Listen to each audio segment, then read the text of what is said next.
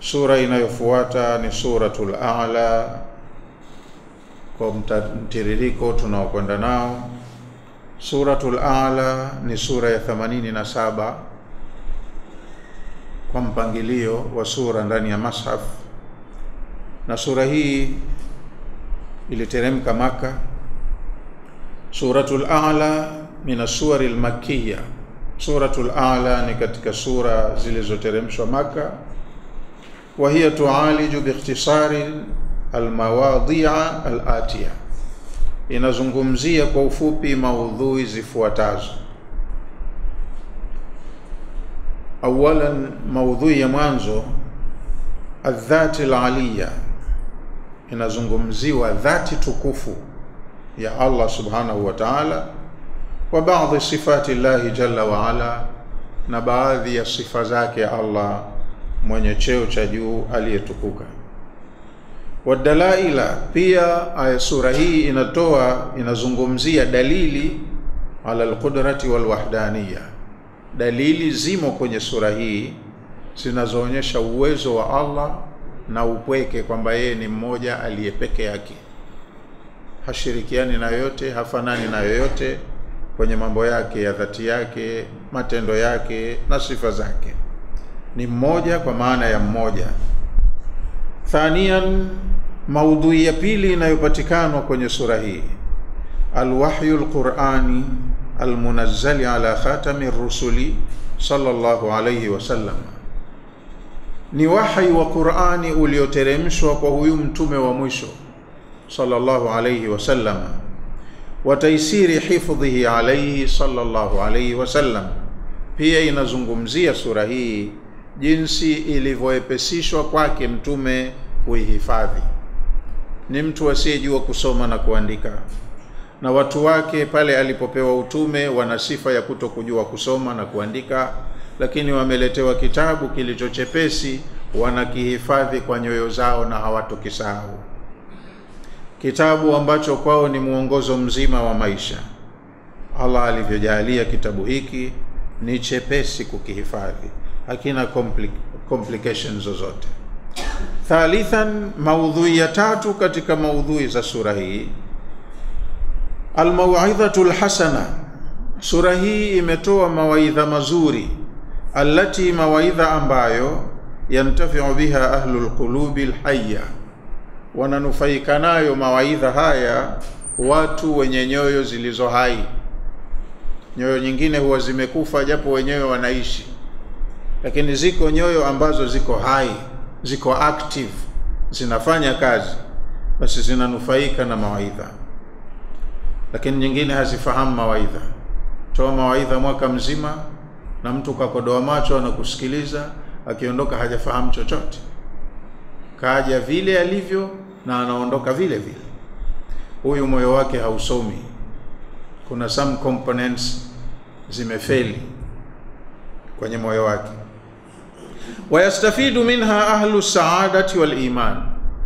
Kwa kupitia mawaidha yanayotolewa kwenye Qur'ani, huwa wanapata faida sana kwa mawaidha ya Qur'ani watu walioandikiwa utukufu na waliokirimiwa imani. Wenye imani ndo wanaielewa Qur'ani, wasio na imani hata ikisomwa mbele yao hawaifahamu. Kwa hiyo ni maudhui tatu hizo zimo kwenye sura hii, Suratul A'la.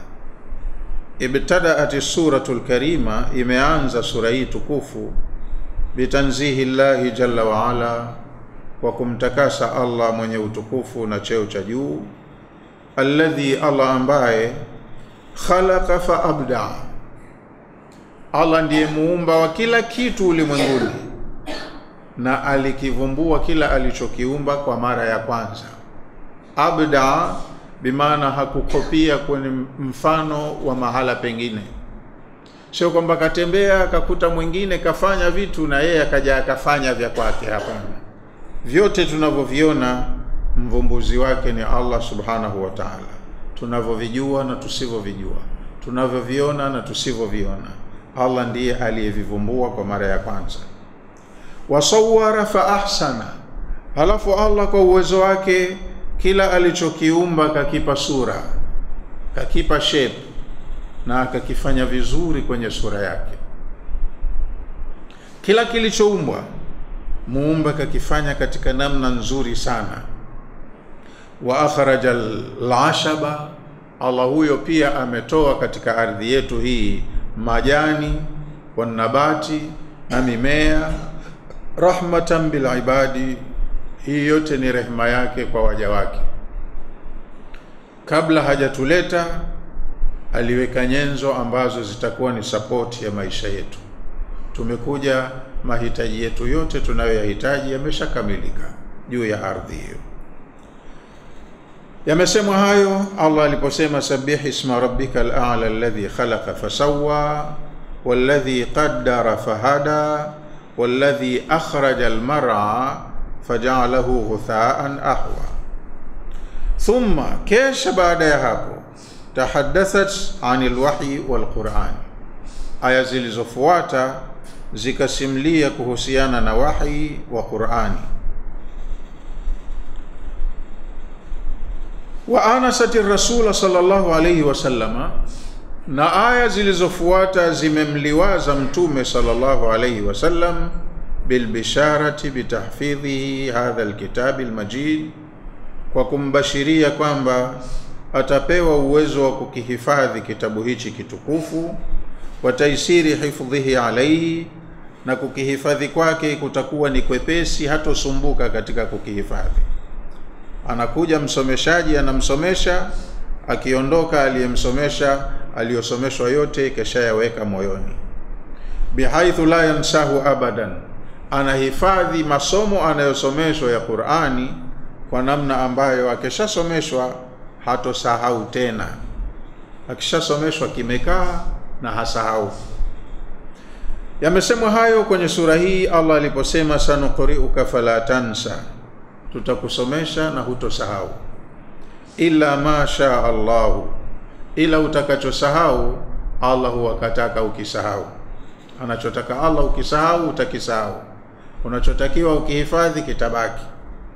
Innahu, hakika yake Allah, ya'lamul jahra wa ma yakhfa, anayajua mambo yaliyo dhahiri yenye kuonekanwa na anayajua yasiri yaliyofichikana. Thumma, kesha baada ya hapo, amarat, aya za sura hii zimemwamrisha mtume bitadhkiri bihadha alquran, atumie Qur'ani hii kuwakumbusha watu, kama ilivyoambiwa kwenye sura ya 50, wadhakkir bilqur'ani man yakhafu aid, kumbusha watu kwa kutumia aya za Qur'ani, watakumbuka wale wanaoogopa niliyoyaahidi. Kuna watu wanahakika nilichosema ni kweli, na wanahakika wao ndio wahusika, kwa hiyo wanajali sana kufanya preparation mapema, wanajiandaa. Lakini wengine kila wanachoambiwa wanasema ni uongo, hii hatufahamu, si kweli, tunadanganyana, wanafanya watakavyo, na siku zinaenda mpaka umri unamalizika.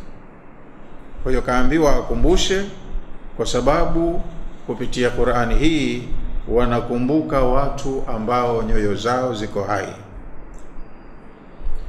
Amarat bitadhkiri bihadha alqur'ani, aya zimemwamrisha mtume awakumbushe watu kwa hii Qur'ani.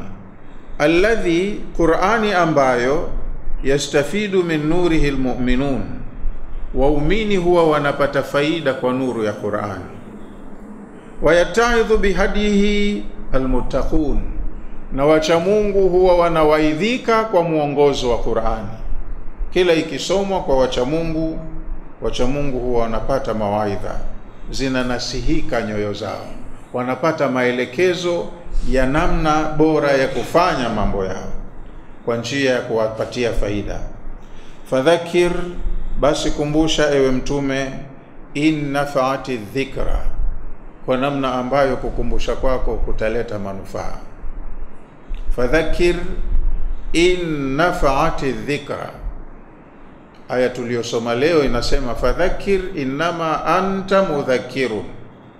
Hii kwenye suratul A'la inasema fadhakir in nafa'ati dhikra.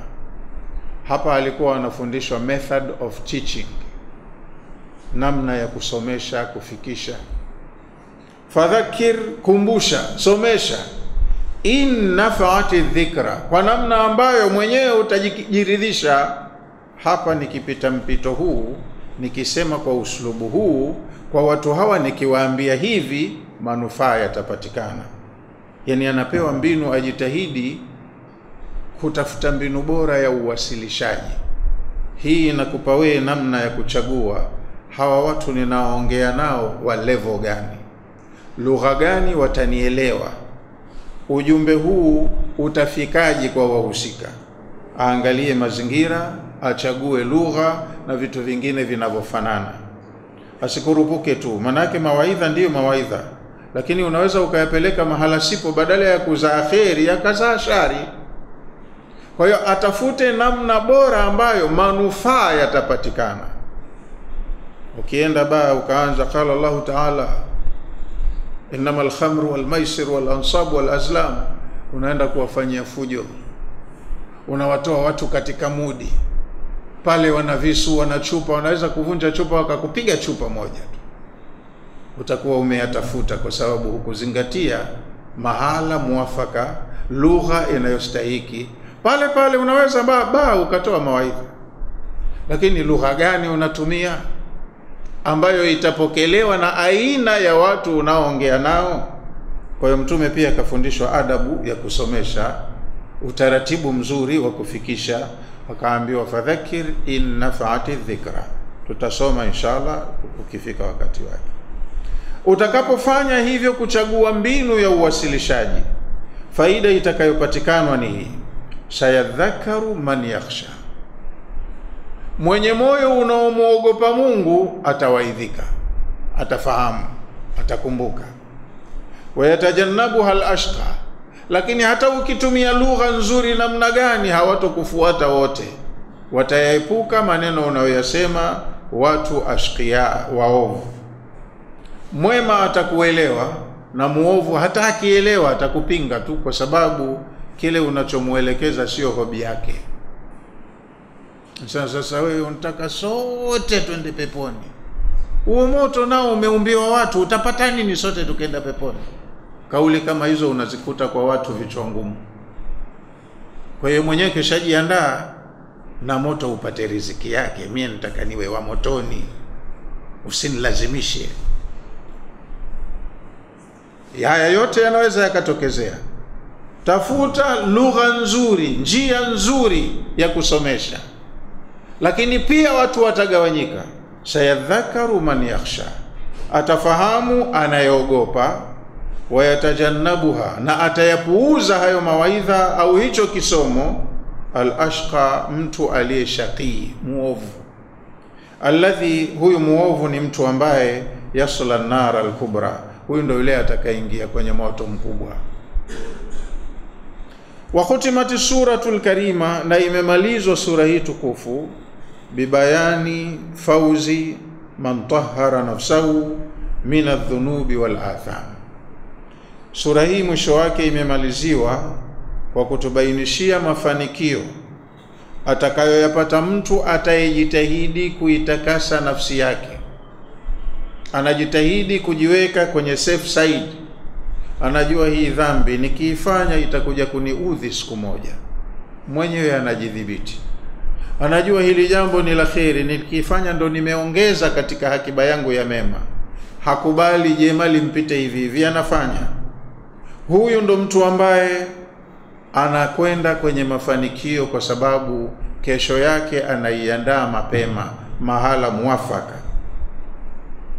Khutimati suratul karima, imemalizwa sura hii tukufu mwisho wake bibayani fauzi man tahhara nafsahu, kwa kutubainishia mafanikio ya mtu anayeitaharisha nafsi yake, min adh-dhunubi wal atham, akaiepusha na madhambi.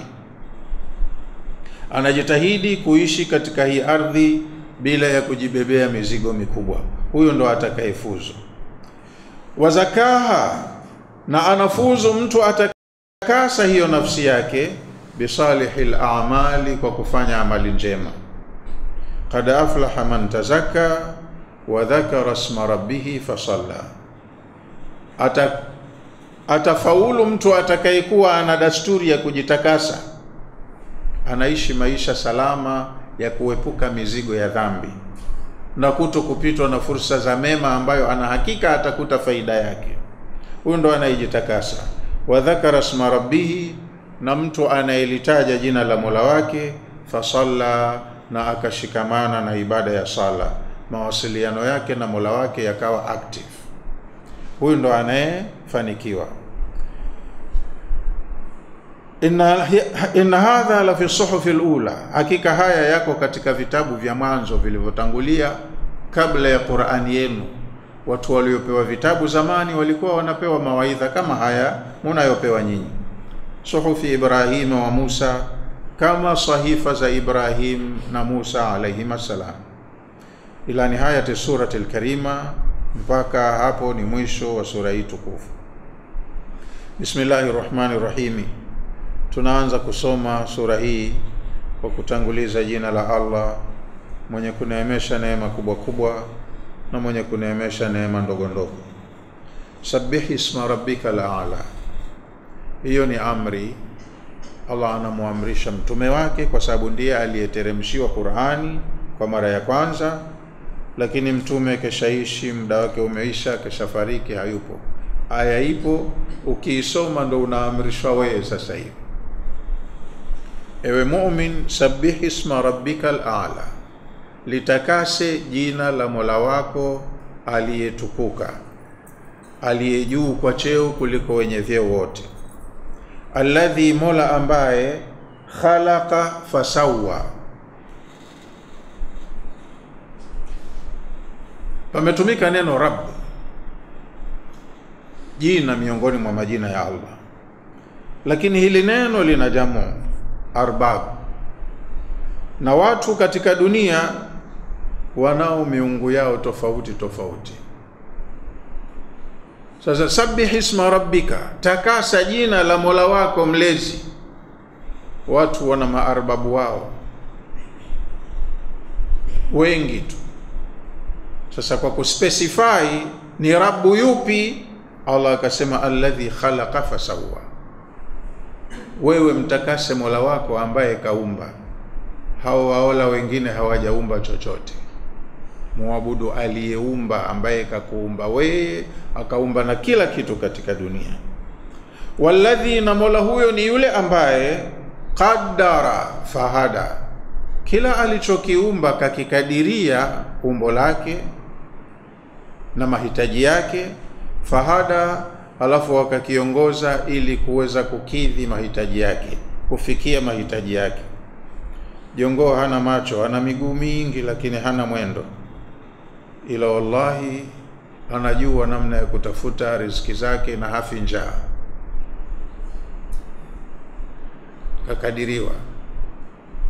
Kuku analalia mayai, kuku wa kienyeji, lakini akitotoa watoto anatoka nao, anaanza kuwafundisha namna chakula kinavyopatikana.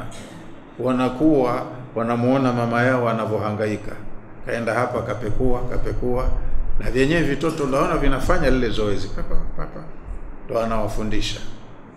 Lakini mjusi anataga mayai, anayaweka tu kwenye ufa au ukuta, yanashikana, mwenyewe huyo anatoka anaenda zake, haji kulalia mayai yake. Lakini yakifika wakati wa kutotolewa, mijusi wadogo wanatoka, weshasomeshwa kabisa kujua kuchukua tahadhari. Anajua huyo adui anajificha, hiki chakula anakamata anakula, hiki kwangu si chakula, hakinifai, anaacha. Sio kila kilichoko mbele tu anaokota kama mtoto wa binadamu. Mtoto wa binadamu akishika chochote anapeleka hapa, lakini kila kiumbe Allah kakiongoza kukidhi mahitaji yake, haja zake. Qaddara, kakikadiria katika umbo. Fahada, alafu akakiongoza katika tabia. Walladhi, na huyu ni Mola ambaye akhrajal mar'a, hutoa katika ardhi yetu hii mimea. Unachukua mchicha uliopevuka, mbegu zile zinikipukutika, zinaota mchicha mwingine. Au mwenyewe unatayarisha shamba, unatilia mbolea ya samadi, unamwaga mbegu za mchicha. Baada ya siku 5-6 unaona vijimche vinatoka, unakuwa unapendeza kijani. Faja'alahu ghutha'an ahwa, lakini mmea ule ambao mwanzo huwa unavutia, una afya wa kijani, nao una umri wake, ukizeeka ja'alahu, Allah hujalia mmea uliokuwa mzuri, ghutha'an ahwa, ukawa ni mkavu, majani yake yanapeperuka na upepo. Ulikuwa mbichi mzuri, alafu hunyauka, majani yakaanza kupiga manjano na weusi, yakaanguka na yakaanza kupeperuka na upepo. Yani mabadiliko hayo Allah anafanya. Anakuumba wewe mtoto, unakuwa mkubwa, unakuwa mtu mzima, alafu unazeeka, unakuwa na meno yako kamili, yanaanza kuoza moja, yanapukutika, unakuwa kibogoyo.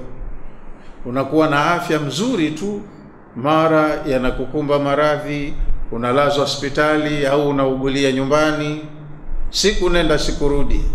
Akitaka Allah unapona, unarudi kwenye uzima, hakutaka inakuwa ndo nitolee. Allah ndo anayeweka na kuondoa, anamuongezea mwingine, anampunguzia mwingine. Ni mambo ambayo anafanya. Kwa hiyo katoa mmea mbichi mzuri, faja'alahu ghutha'an ahwa, huo hujalia ukaja ukawa majani makavu yenye kupeperuka baadaye. Yani mzuri leo, lakini una umri wake, ukisha unakufa hata na mmea pia. Na viumbe wengine wote wako hivyo. Kila kinachokuja hapa duniani kina umri wake, kinakaa kwa muda kisha kinatoweka. Sanuqri'uka fala tansa, tutakusomesha ewe Muhammad na hutosahau. Utakachosomeshwa hutokisahau. Uwezo wako wa kuhifadhi tutaufanya uwe mkubwa. Illa masha Allah, isipokuwa utasahau kile ambacho Allah anataka ukisahau. Innahu, hakika yake Allah, ya'lamul jahra wa ma yakhfa, anayajua mambo ya dhahiri na anayajua yaliyofichikana. Wa nuyassiruka lilyusra, alafu jukumu ulilopewa unaliona ni gumu, jukumu la uongozi, lakini tutakurahisishia ulitende kwa wepesi. Wa nuyassiruka, tutakurahisishia, lilyusra, ulifanye kwa wepesi jambo hili, halina ugumu wowote, kwa sababu wewe umechaguliwa na hujatelekezwa, utasaidiwa, utaelekezwa. Jukumu hili utalitendea kazi kwa wepesi kabisa. Bismillahirrahmanirrahim, kwa jina la Allah mwingi wa rehema mwenye kurehemu. Sabbih isma rabbikal a'la, takasa jina la Mola wako aliyetukuka.